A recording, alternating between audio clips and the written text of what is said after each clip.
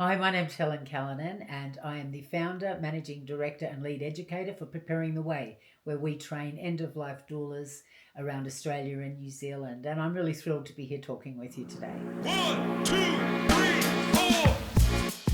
4. Welcome back to 50/50, the sisterhood of the Travelling Pants edition, as we are in the gorgeous Orange in the lovely Serena's home, which is exquisite, and we have my first ever mobile tech studio, which was by far the most nervous thing about doing this today. We've got Snowy the dog, who's behind the camera, and if you hear strange rustling or see a little white fluff ball, that is because Snowy's here. He may indeed want to get on Helen's lap at some point. We're accepting of that because I think my audience loves dogs. Exactly. And they do nothing but bring joy. So I am very happy and excited to have Helen from Preparing the Way joining me today, who is from Orange, works and lives in Orange. Yeah, just for the last year, yeah. It's only been a year since you've been here. I love it here. It's so great. Oh, isn't it beautiful? Isn't it beautiful? So I was extremely happy to have the opportunity to speak to Helen. How it came about was my friend Betty, who is a mini celebrity on Friday 50/50, and those of you who are regular listeners will know Betty. She and her gorgeous Carla so kindly invited me to their 30th anniversary. I went to that in Saturday in Blackheath. Went to bed at the same time as the 8-year-olds. I was telling Helen because I was toast after my early morning flight. There's so much I could say about that, but we are actually going to do 2 parts today, and I will save it for the part when Betty is going to join us. And the reason Betty is going to join us, 1, because I love her and she should always be with me, but 2, she has actually trained with Helen and Preparing the Way. So how wonderful. So look, I feel really privileged to have you with me today, Helen. And thank you. I think the work you do, and when I did my research about what you do, I think I was just really, I think the right word is touched by the difference you make. And I think, like Betty said, and she'll probably say it again when she's here, you're such a powerhouse. I think when I read about your 2025 year, I thought, how could all of that have happened in 1 year? And before we started recording today, you said, oh, look, I've had a little hiatus. Yeah. I think that might be appropriate. I think so too. At this time. And 26 is starting off a little more gently, which is awesome. I love it. I am on board. For those who've listened to Friday 50/50, they know how aligned we are. Not only that, we're wearing matching colours. We didn't plan it. And when Betty joins us, she's the perfect hue of teal. So Helen has a business. It's called Preparing the Way. And part of the reason I'm so excited is, 1, I always feel honoured when I have amazing people to talk to like yourself. And the total bonus for me is I am fascinated by this area. It was actually Betty that introduced me to it. I found the work she had done incredibly comforting. Very inspiring. So inspiring. And we'll talk to her about who's drawn to this kind of work as your students, but we'll also talk to you, what has your path been? I think what we'll do, because we have talked about how useful it is for people to understand this little more, before we started recording, I said, is the term death doula? And you said that is a term that's used, but actually at Preparing the Way, we don't use that term. And you said an amazing thing, which I'm going to ask you to repeat, about why you call the work end of life. Would you please tell me again? Yeah, and we'll share your video in the show notes where you do a summary so people can re-listen. Yeah, great. Thank you. So for me, we're here as end of life doulas, and the key word there is life. And so many people have a strong reaction to death. They don't want to talk about it. Here in the West, we live very much like it's life versus death. Yes. That life is to be held onto at all cost.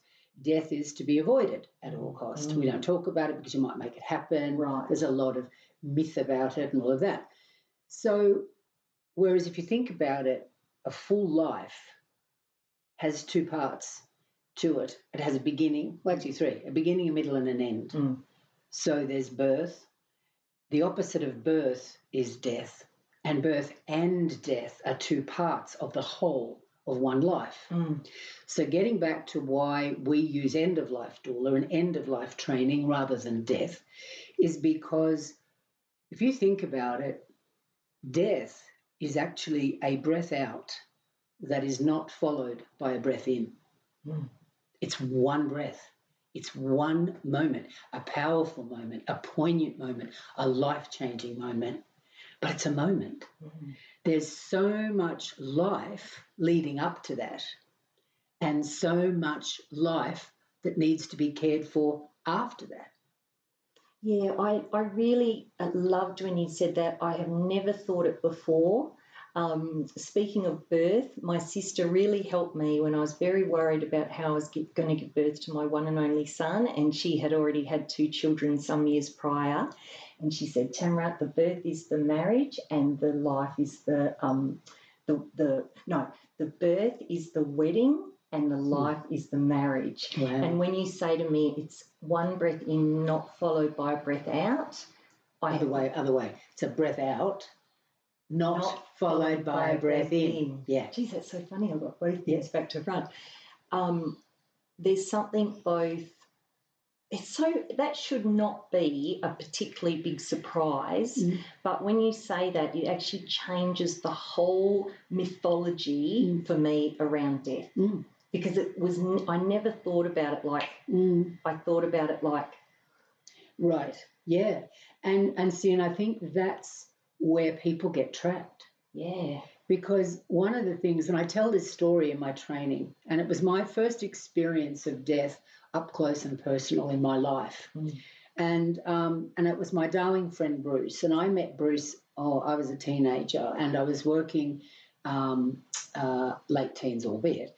But I was working at the open heart surgery unit at the St Vincent's Hospital in Melbourne. Wow. And I was in administration, but I was down on the wards a lot, in coronary care and intensive care. And I met Bruce. He worked in intensive care.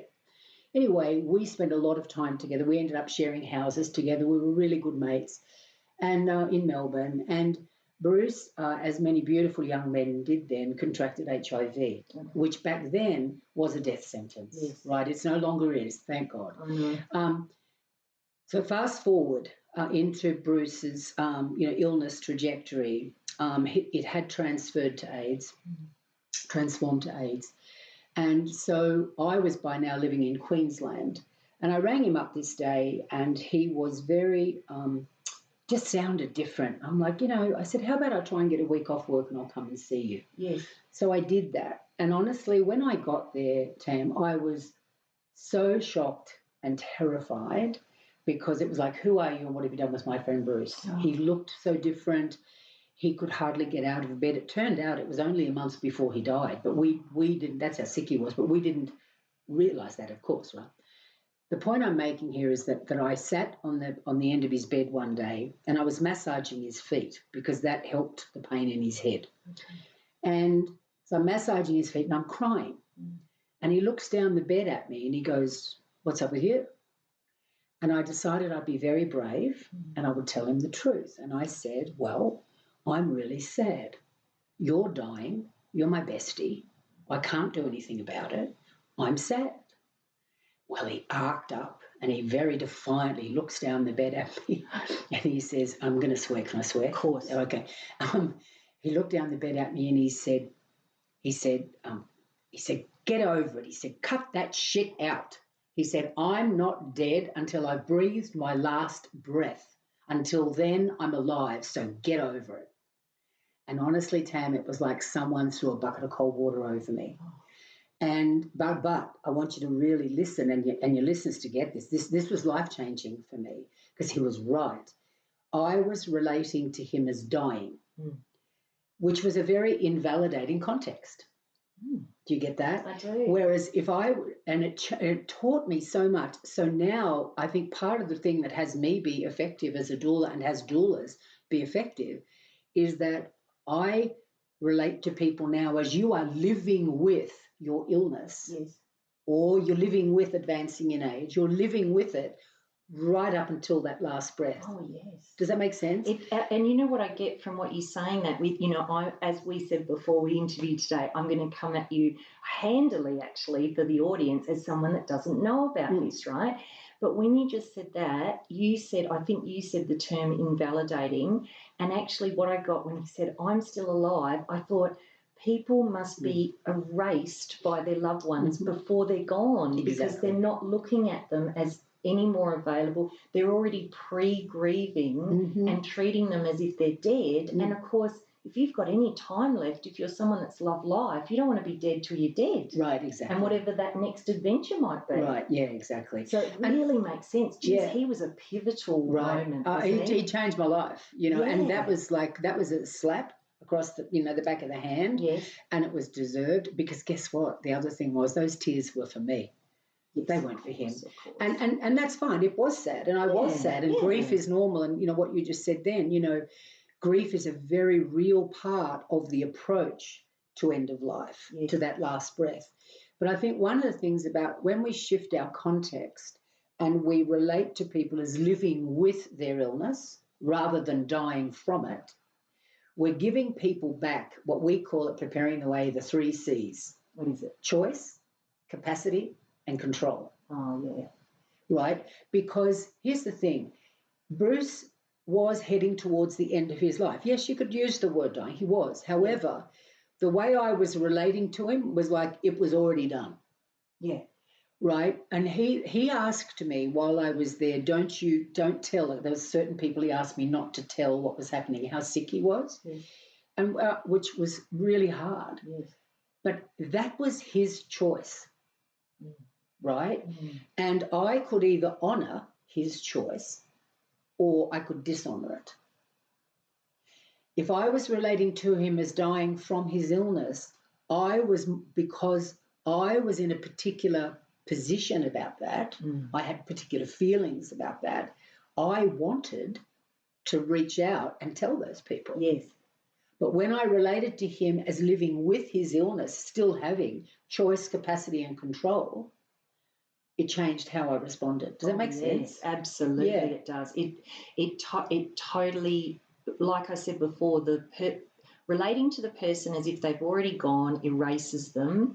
And when you go, of course I'm allowed to be sad, but this actually isn't about me. And this person who you would have respected pre the illness, would have respected before he was so close to dying, if he'd asked you to keep a secret, you never would have shared it. Exactly. So it's a perfect match for it's the wrong term. And what I must say at the start of this interview is I have had such little experience of grief in my life. I think I'm in a very unusual position. At my age and stage, I'm 52.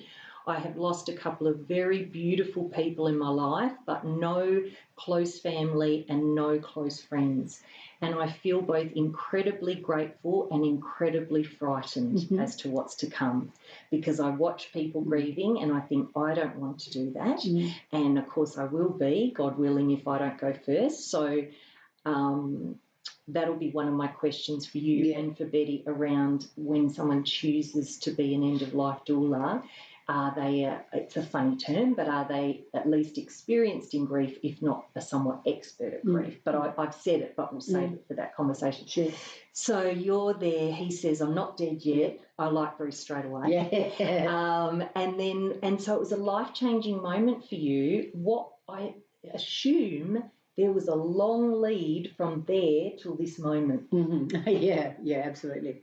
So a bit like you, I grew up in the country in the bush, so we were 60 miles, or that's how old I am, 100 k's from the nearest town. Where did you grow up? In the Riverina in New South Wales on the banks of the Murrumbidgee, about 60 miles or 100 k's out of Hay. Okay. And were you on a farm? Yeah, we are on 20,000 acres there, and our property, if you look at a map, it's right in the join of the Murrumbidgee. It looks like the Murrumbidgee and the Lachlan join. Okay. On the map, they don't actually, unless it's flooding. But anyway.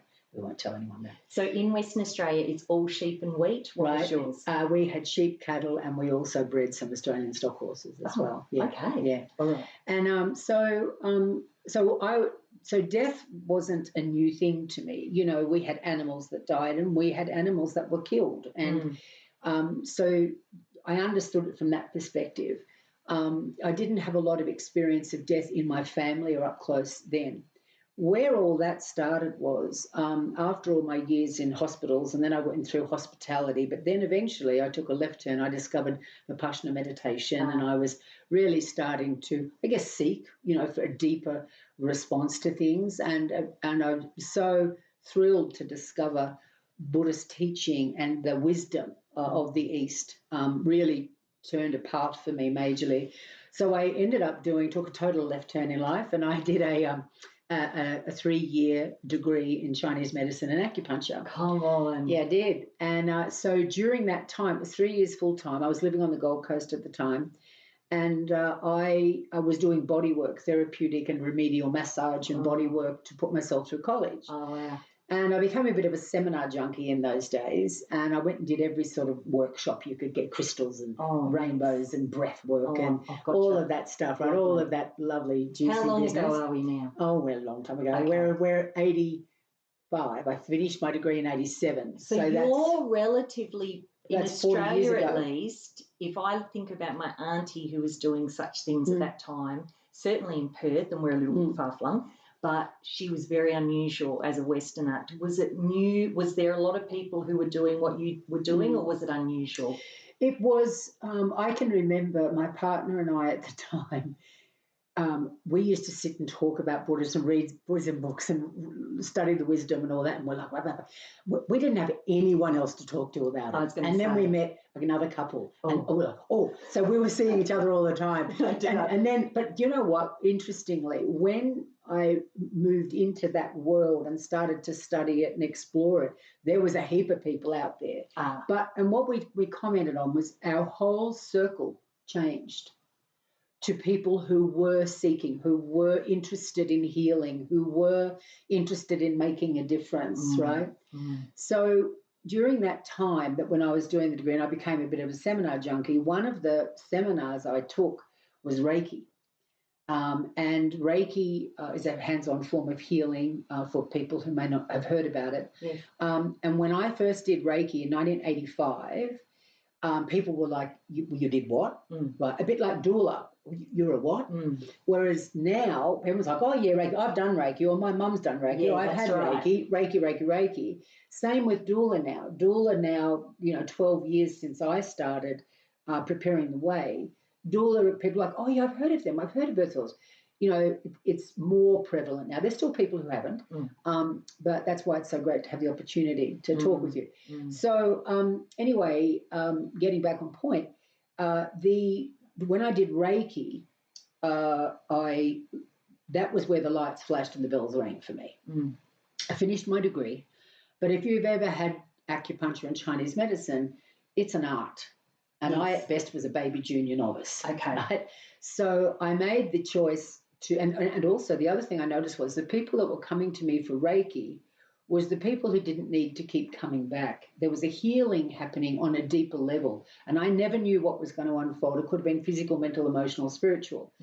Hence, then that was my awareness of holistic care, right?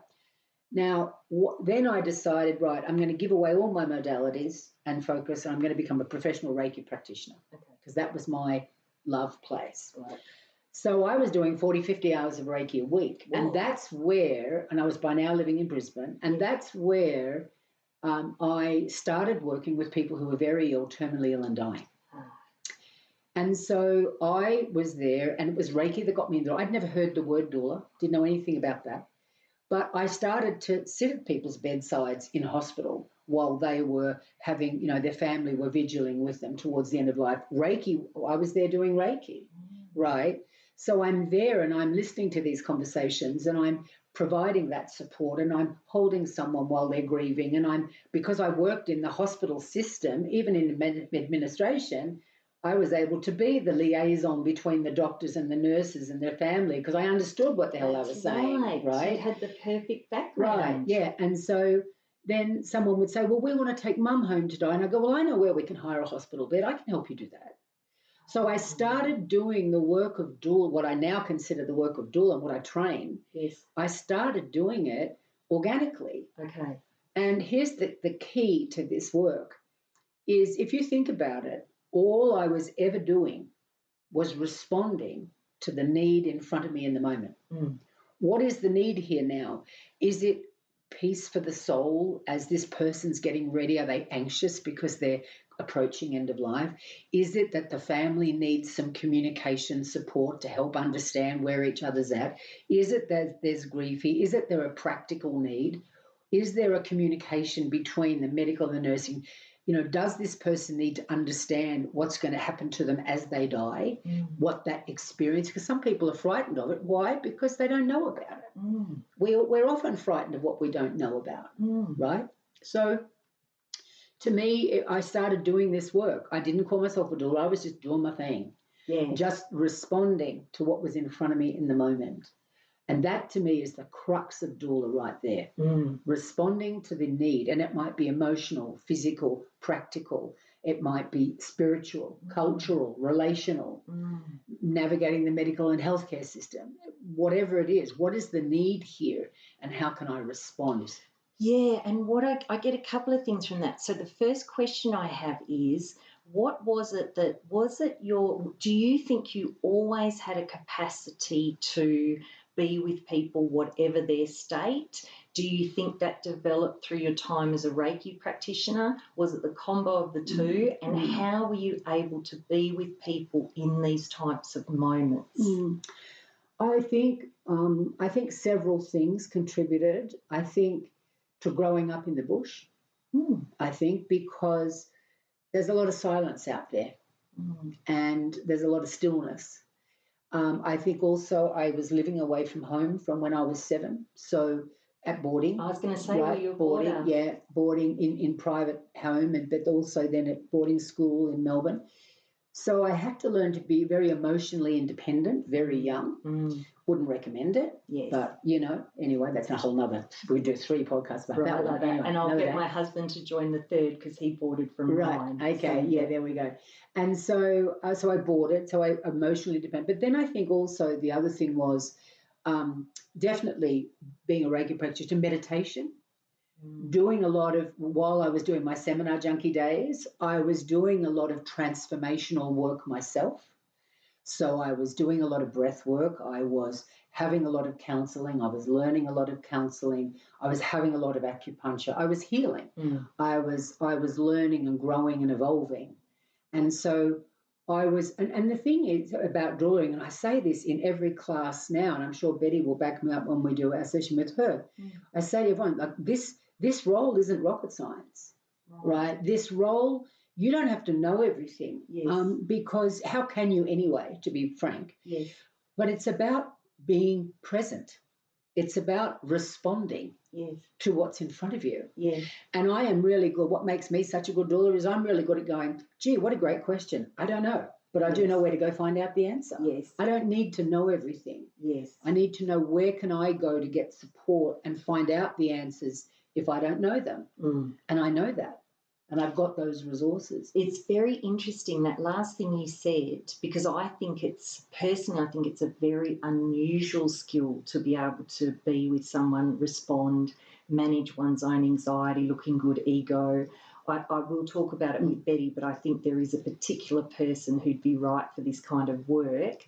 But when you said, I'm the first person to say, good question, I don't know, when Andy and I are doing our leadership training, we talk about the massive Google study showing that the best thing a team can do is have psychological safety. What creates psychological safety? A leader who has referent power. These are, of course, different references. The referent power, where do they get it from? Willing to be vulnerable, admit mistakes, and not pretend. So it's fascinating to me that you are creating this level of trust, and of course now makes a lot of sense to me. If you don't have to be the fake it till you make it expert, you are there going, what can I do? What can't I do? That might be useful for us to talk about next, actually. Absolutely. What does an end-of-life doula do? What don't they? And I'm also fascinated to talk about the connection with the medical system, because what you and I have talked about before, if I think of a birth doula, that can almost be seen as anti the medical system. But I know the work you do is only a support for that side. So what were our two questions? Medical What the do we second. do? What do you do and what do you don't? Okay, great. So I think the best way to talk about what we do is, first of all, the first thing I like to make is we are non-clinical and non-medical. Okay. That underpins everything. Yeah, that's good to know. So we provide, and if you like, my short sentence or my basic message, as we call it in the training, is that an end-of-life doula, non-medical, non-clinical, we provide education, support and resources to people advancing in age, approaching end of life, and the people supporting them. Okay. So let's go back to the word support. That support has many faces. It can be practical, physical, mental, emotional, spiritual, cultural, relational, and I'm sure there's some other alls it can be as well, right? So again, I'm here to respond to what is in front of me, and the common places that I respond are to people advancing in age, are people who are living with the diagnosis, who are approaching end of life, people who have died, and the people close to them. So we're around at sudden death, we're around in long planned, like that's a whole other conversation about where we come in. Right? When do you call a doula? You know, when do you do that? That's a whole other conversation which we can have. And then what we don't do, and I can't speak for any other doula training, I can only speak for Preparing the Way. But there are 4 things we do not do. We do not diagnose. We do not recommend starting or stopping medications or treatments. We do not administer medication. They are all medical, clinical purview, right? They are specially trained to do that. That is not what we do. Got it. Right? The other thing, which I think is actually the most important, the other thing that we don't do is we do not give advice. We provide options. So let's say, and this happens all the time, let's say someone comes and says, Helen, I'm thinking of giving up chemotherapy. What do you think? Now, I'm going to have an opinion because I'm a human being. Right? And I'm going to also believe I'm right about that opinion too. That's very human. However, zip it, Helen. My standard answer is, well, let's look at your options. Because if you do stop chemotherapy, totally your call, there's going to be pros and cons. Let's go through those. And if we don't know what they are, let's go find them out. If you don't stop chemotherapy, guess what? There's pros and cons to that too. So let's explore all of those options and let's work out what feels the right thing to you right now. And we go and research them and we talk to people and we get the information, because to me it's about how can we make an informed, empowered choice if we don't know what the options are. How can we do that? We can't. So my thing is, I don't mind what you choose. I don't mind what anyone chooses. I'll have opinions, but of course, go away. But I don't mind what people choose. My only mantra is this: is it legal? Is it safe? Is it possible? Got it. If those 3 boxes are ticked, I'm in. And so really that advice one is the critical piece for people to get. And as a doula, it's really, you've got to be willing to give up our attachment to outcome. Right? Absolutely. Because sometimes I'll say to people, well, tell me, why do you want to be a doula? And they'll go, oh, I want to help people have a peaceful death. And I'll be like, well, good luck with that. Good luck with that. Because it is not in my control what unfolds there. It's not mine to control. It's your life. You are the expert in your life. My job is to inform you, help educate you, talk things through with you, look at your options with you, so that you can choose what is right for you and your family or your person or whatever it is you're dealing with. Yeah, I think you raise a very good point. If I think about a more traditional person who is only used to the medical system as it stands, there's a fantastic video you shared with me that I'll put in the show notes with the fellow talking about the 95%, 5%. Professor Helen Callanan. Yeah, that was fantastic. That's great. I think what naturally happens, anything that's not a traditional Western medical model, people get nervous that someone like yourself is going to skew people away from being treated. Oh, no. Right? And it's the opposite. So for me, if I think about what would have people nervous about the work or have a sort of, we were talking about the human nature. If we're not sure about something, we'll step away. That's literally our job as, smart animals. So if one knows I can work with an end-of-life doula, I can be treated right up until my final breath, I can stop treatment, I can work with my doctor, Exactly. I don't have to give away my doctor.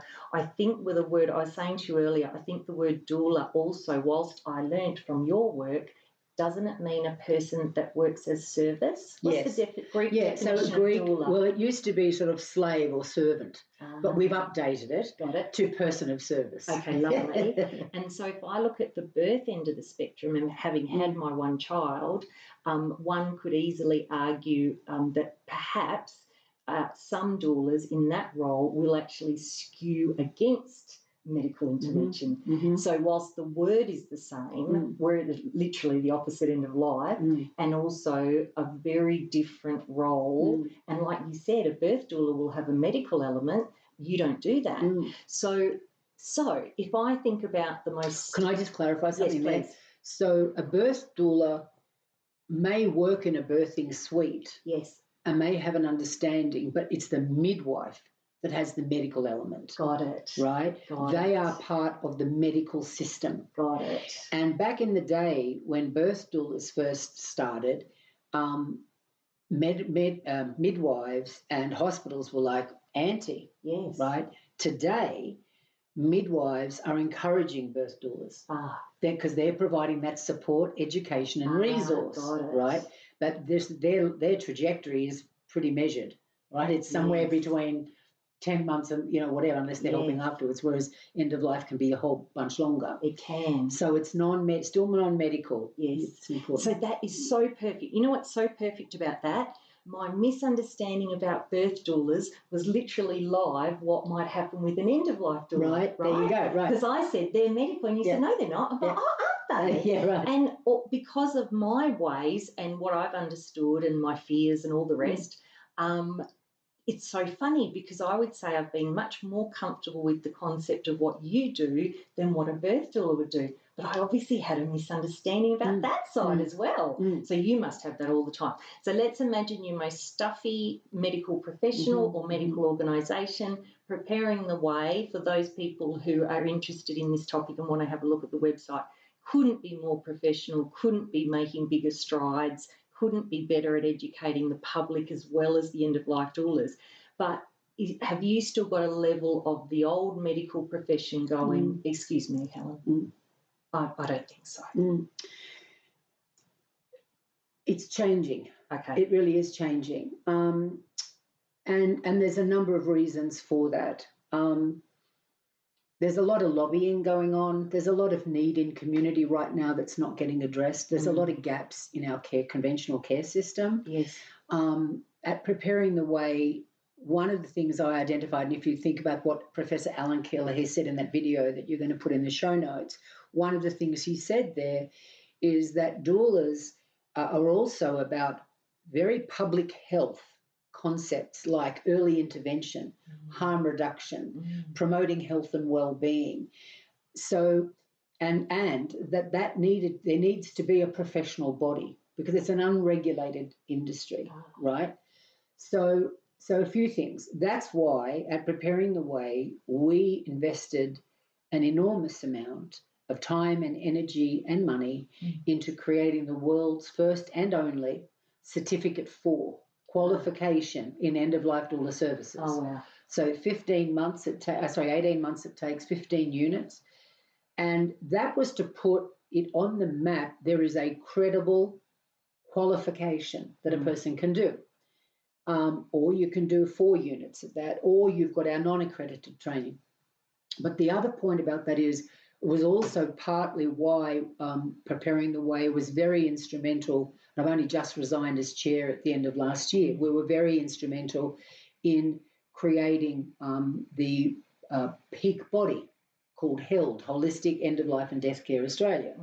And that is to bring in, to be able to respond to the rightful demands or requirements of the conventional care system. Because you think about it, you don't get to be a doctor or a nurse or a social worker or a power care worker. You don't get to do that unless you've got a piece of paper.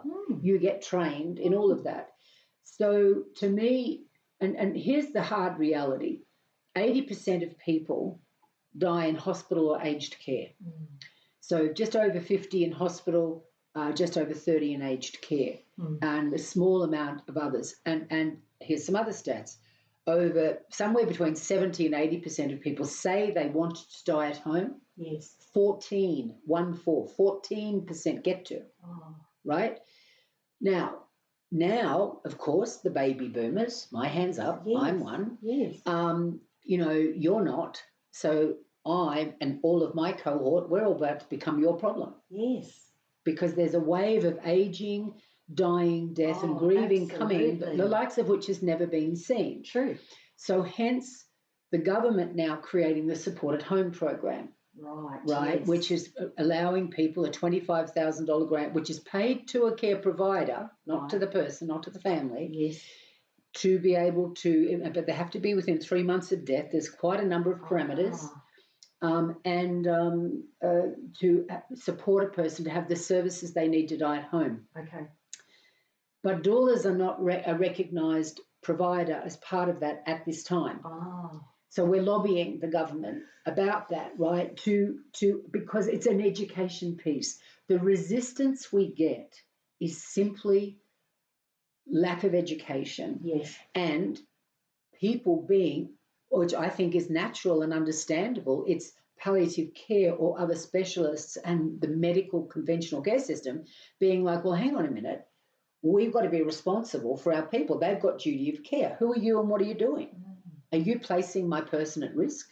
Of course they're going to push back. Yes. That, to me, I understand it. Yes. And so what we're hell-bent on doing and preparing the way is education. Yes. So that's why something like this is a great opportunity. So we've seen Palliative Care Australia. We've had a lot of engagement with them backwards and forwards, and they've now got out an end-of-life doula fact sheet that would be great to stick in your show notes as well. And in that, they talk about what end-of-life doula does, what end-of-life doula doesn't. They even have got a fact sheet there that is questions to ask your end-of-life doula. And they're great things, like, do you have insurance? How do you engage with a GP, my GP? Yes. Do you know what I mean? Like, what is your training? Yes. But the reality is, and I think this will come out when we talk with Betty, Betty started doing this work with no training. She just was there as a human being who cared, who responded to the need in front of her. Yes. Does it make sense? Totally. And now she's going, well, hell, I better go and find out some more stuff. And then, and so she came to the Preparing the Way training because there's a lot you can know. Yes. Right? Yes. And to have the more resources means the more support you can offer. That's right. And also supporting the end-of-life doula, that they don't have to start from scratch. Okay, what's all the things I'm going to, you're going to give them the support. One of the things, I think there's a real parallel between what you do and the world that I've been in for a long time, which is coaching, right?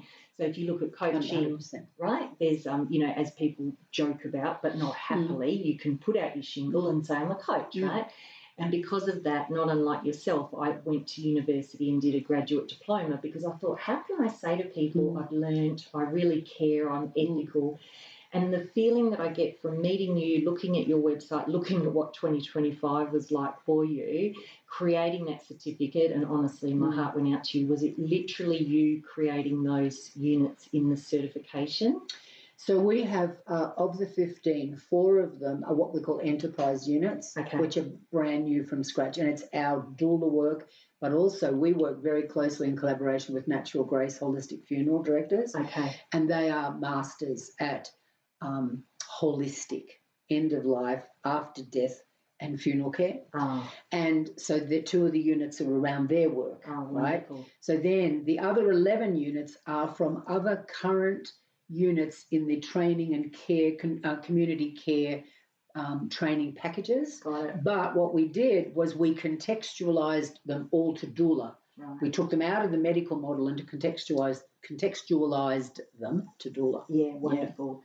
And so I think I saw it on your website, and you were saying it's in the pamphlet, finding out who is the person, what are their qualifications, what do they know.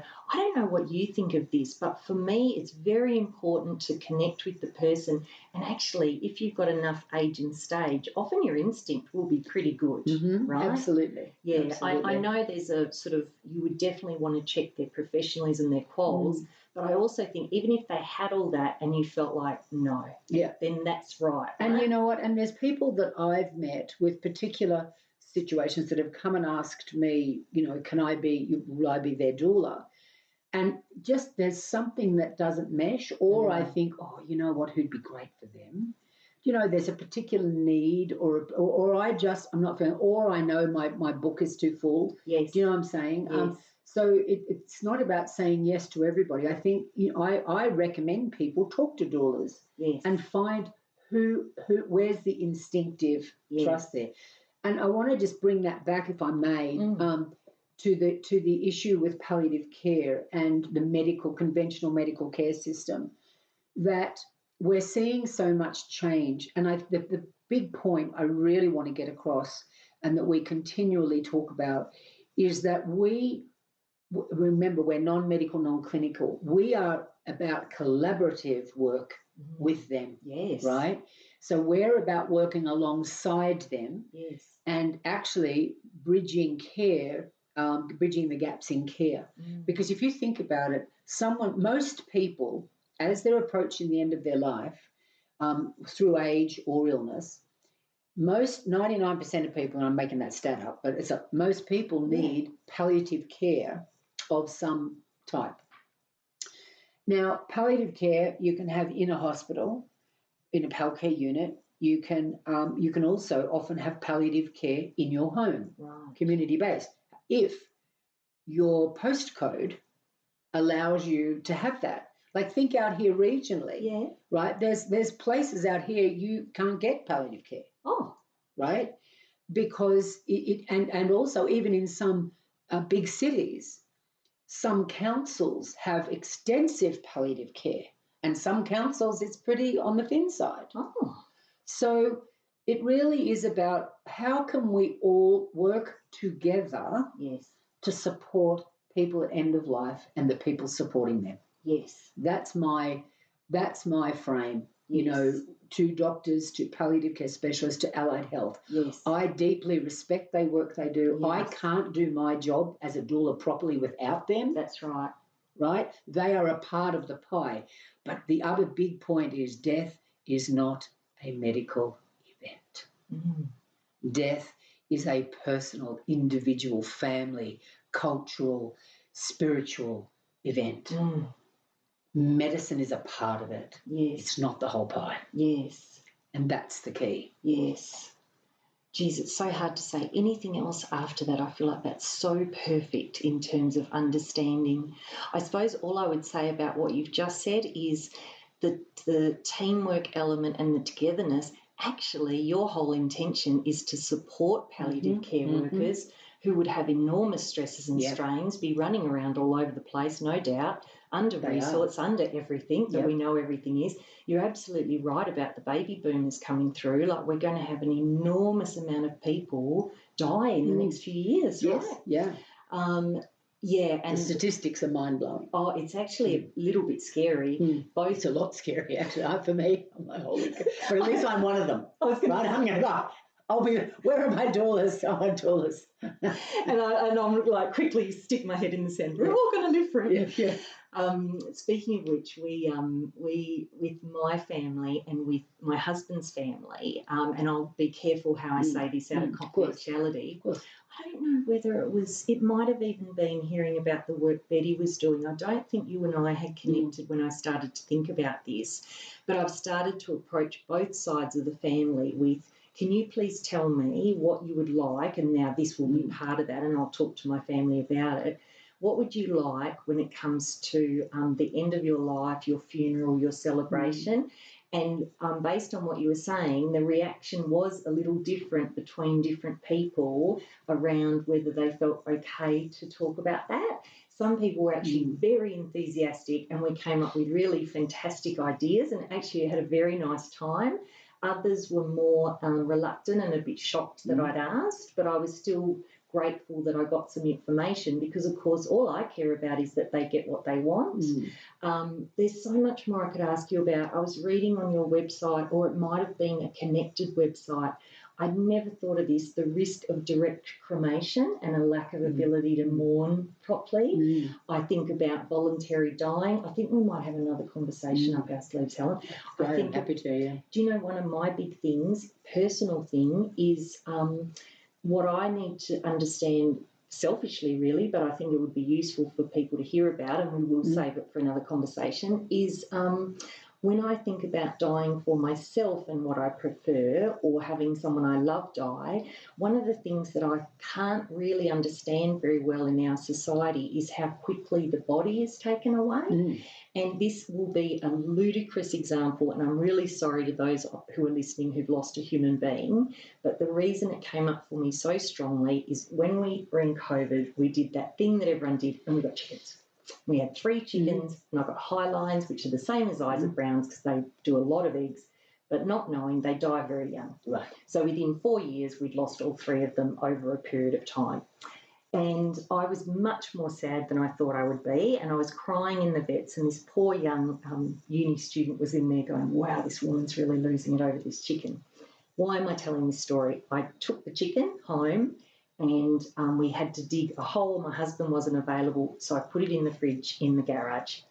And again, I'll say sorry, it's a ludicrous story, but it does. No, it's not at all. Okay, so what I did for the next 3 days, because I was really sad, is I would go and get the chicken out in its bag, and it was very cool, of course, and I would sit it on my lap and I would stroke its feathers, and I really missed that it was not alive when I was doing that, but it also allowed me to sort of thank the chicken, love the chicken, say sorry for how their life had been at the end. And I thought, okay, I've got this human being, as you know, I haven't had this experience, and they pass away, and then do I get like 20 minutes before the authorities rock up? Right. This is such a big part of it. I was talking about Natural Grace Holistic Funeral Directors, and they are experts and true masters in holistic after-death care. Right. And funeral care. Right. So what we talk about and what we teach about at Preparing the Way in our training is about that very thing. So think about it. Someone dies. Yes. What a lot of people don't know is you can take your person home and care for them at home after they died, if they died in hospital. How long can you take them home for? Well, it depends what state you're in. Okay. So in Victoria, there's no time limit. Oh. In New South Wales, most other states, it's 5 days. Okay. WA, we'll have to look it up. To be honest, I just can't remember. I'm assuming probably 5 days. But there is care that must be taken for the deceased body. The body must be kept cool, exactly as you did. Yes. The body has to be kept safe from insects. And we train people to do that, Yes. right? And because you're right, here's the thing. Someone dies, and you might have been sitting watching their last days, watching every breath for days, and that final breath is breathed out that is not followed by a breath in, hence they've now deceased. That, even though we've been sitting there watching and waiting, it can still be an absolute shock, let alone a sudden death or an unexpected death. That's a whole other ballgame, right? So, and then, as you say, often the person is then whisked away. Now, talking about sudden death, we're going to talk about that, just a little bit about that, because that's a different set of circumstances and there's other legal processes involved. But let's talk about someone dying an expected death over time of their illness or of age. And you're right, because there's no time to spend what I call their personal grief. Exactly what you did is what I teach families to do, right? Not necessarily put them in and out of the fridge in the plastic bag, not that. Yes. But to keep their body safe, to keep their person safe at home, to care for them at home, spend that time with them so that they can grieve privately, because otherwise often what happens is the next time you see the person you've loved and cared for and looked after is in a box at the front of a chapel. Yes. And or at a memorial or a direct cremation or whatever they do. I was going to say, or a bag of ashes. Right. Ashes. And here's the thing with that. Whatever it is that happens, whether it's a memorial or a celebration or of life or it's ashes or whatever, it's a very public event. It is. When do you do your private grieving? The family at one of those is basically like the host of a big event. They are. And everyone's coming up and grieving on them and, all of that. So it takes a lot. So that's why we don't see any benefit. There's no evidence of it being, it's cheaper and quicker for people to do a direct cremation, Yes. sure. Yes. But that's not necessarily making a difference to people's grief and experience of the loss and their entry into bereavement. Yes. We want people to have a healthy entry into bereavement. Bereavement is huge. Yes. It's a life-changing, your life will never be the same again. Yes. In that. And bereavement, actually comes from the word to rob. I have been robbed of something, right? It's like we've been violated in some way, yes, right? So how do we, and Libby talks about from Natural Grace, talks about how do we make gentle the effect of death? Yes. And so I absolutely support home-based. And now there are times when that, depending on how a person's died, what the illness was, there are times that it may not be appropriate to bring a person home, may not be safe for their body to bring the person home. Yeah. However, there is also vigil and after death vigil. We often vigil as a person's dying, but there's also after death vigil where you can spend time with your person. And it may need to be in a funeral home, but I'm not talking a viewing. The viewing is just where you go in and look at someone and sometimes their hair's combed on the wrong side or they've dressed grandma up like a Cupid doll and she never wore makeup in her life. Do you know what I'm saying? That can be pretty detrimental. I'm talking more about vigil where you be with the person who's died in a safe environment and you spend your time saying your goodbyes. And I could tell you stories for days about no doubt. that. Yeah. Do you know, the question that I've got on that is when I think about some people I know, they have very different beliefs and very different desires for their death. Now, if we talk about being of service to the person who's dying, I can think of examples where the person that dies would want one thing, but I, as the person grieving, would want something different. Mm-hmm. I would assume I need to, what's the word? I want to say convalesce. That's not the right word. Like bend to their wishes out of respect for them. So let's give a hypothetical example. Someone doesn't believe in any form of life after death. They don't want to cause their family any cost or any, mainly any cost or fuss. Yes. Once I'm dead, That's it. Yep. Now, that person would likely want to have a direct cremation and then have some sort of party as a memorial. Wonderful.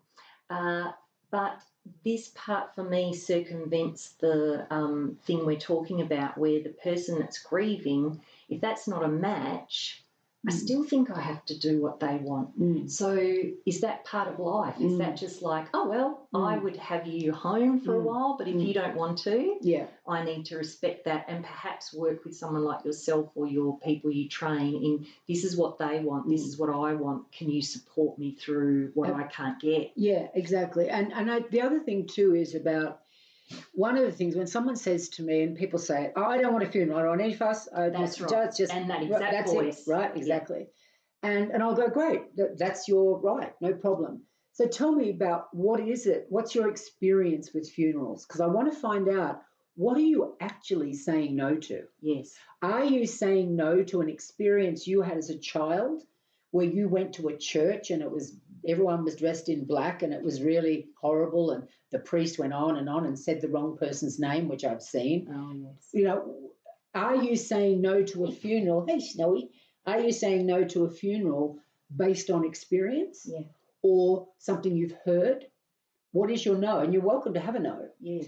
But then what I would usually do is sit down with you and say, so tell me about you. What is it what would be meaningful to you?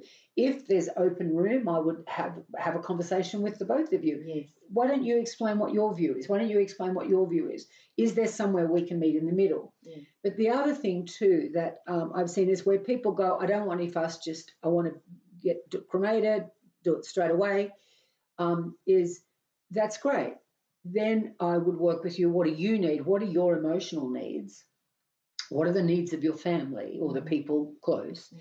And maybe, okay, they might go to cremation, but can we have some vigil time before that with them where you get to spend that? And then it's totally anyone's right to have, for you to go, well, okay, after the cremation, I'm actually going to have a memorial. I want to celebrate their life. Right.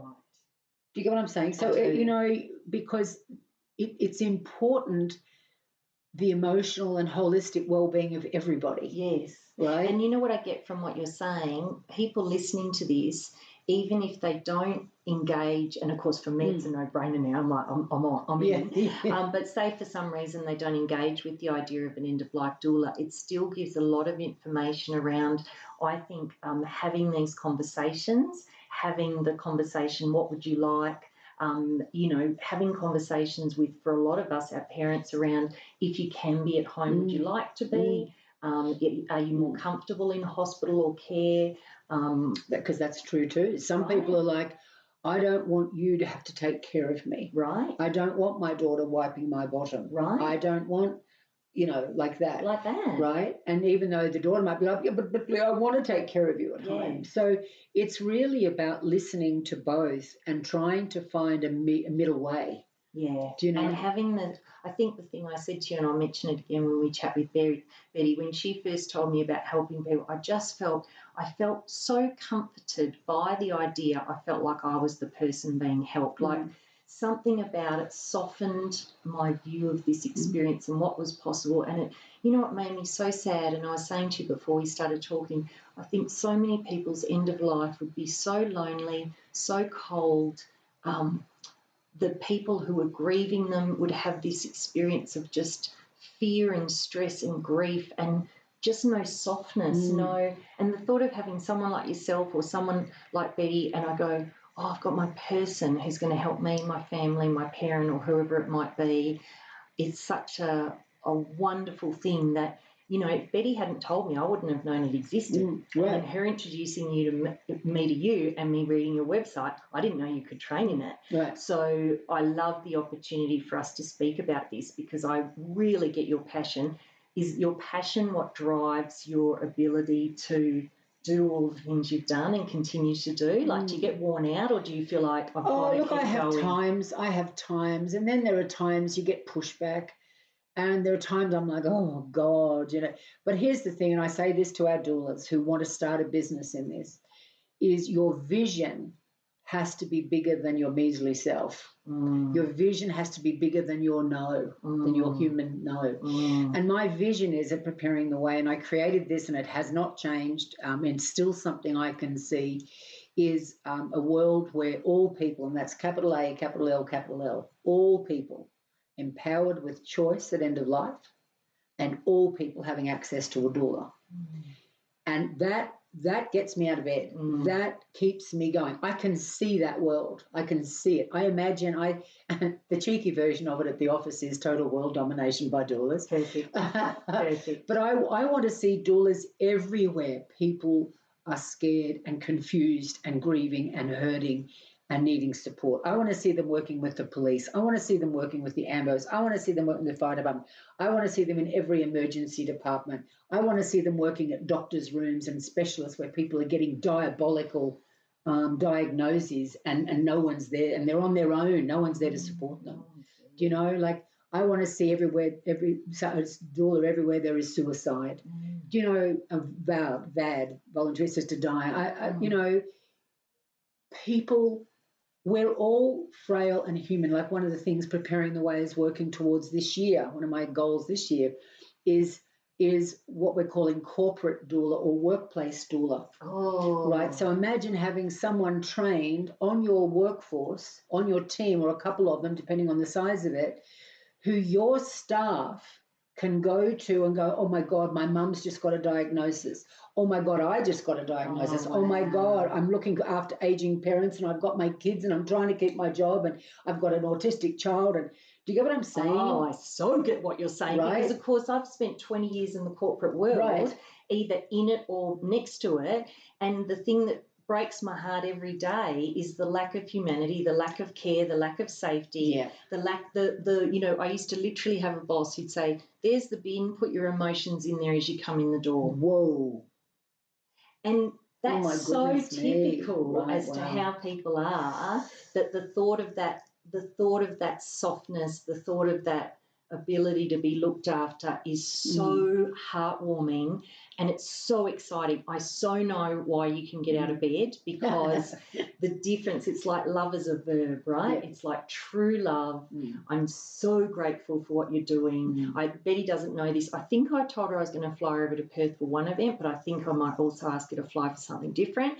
She may or may not be available, but the thought of having someone with your love, with her love, and your ability to stand with boundaries for your own human experience. You said something earlier, and I'm going to do it as a short so I can use it for myself. You talked about we're humans, but what is it that we can contribute? You said you have to have your vision. What did you say? Bigger than your little self. Your vision, right? Bigger than your measly self. Like that fantastic poem about I do not want to be a sod of complaints. I want to burn brightly. It's that as well. I'll put that in the show notes as well. Yeah, it's so inspirational. I personally feel very comforted that you exist, let alone what my listener will get. I have a fantastic woman who I'm going to connect you to for this corporate side of things. And I just want to say two things. One, have we not talked about something that you would have really liked to in this part one?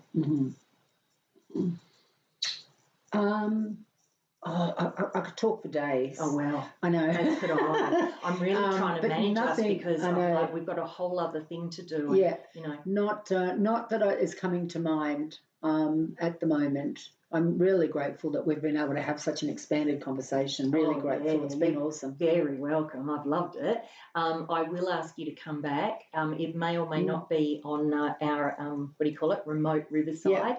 But I think there is more to talk about. To be honest, it's completely selfish, but I do think the things I'll ask you are going to be a great help to other people. Yeah, let's do that. There's nothing better than being, I often enjoy my lack of knowledge about subjects, because my listeners will say to me, you asked the question I would have asked but was too embarrassed to. Right, I love that. That's awesome. Yeah, wonderful. I so appreciate it. Thank you. See you shortly for part two. We will be in these same clothes. I love that. No, we don't have to change the wardrobe. No, we're just going again. We're remote. We're in orange. Thanks, Helen. Thank you so much.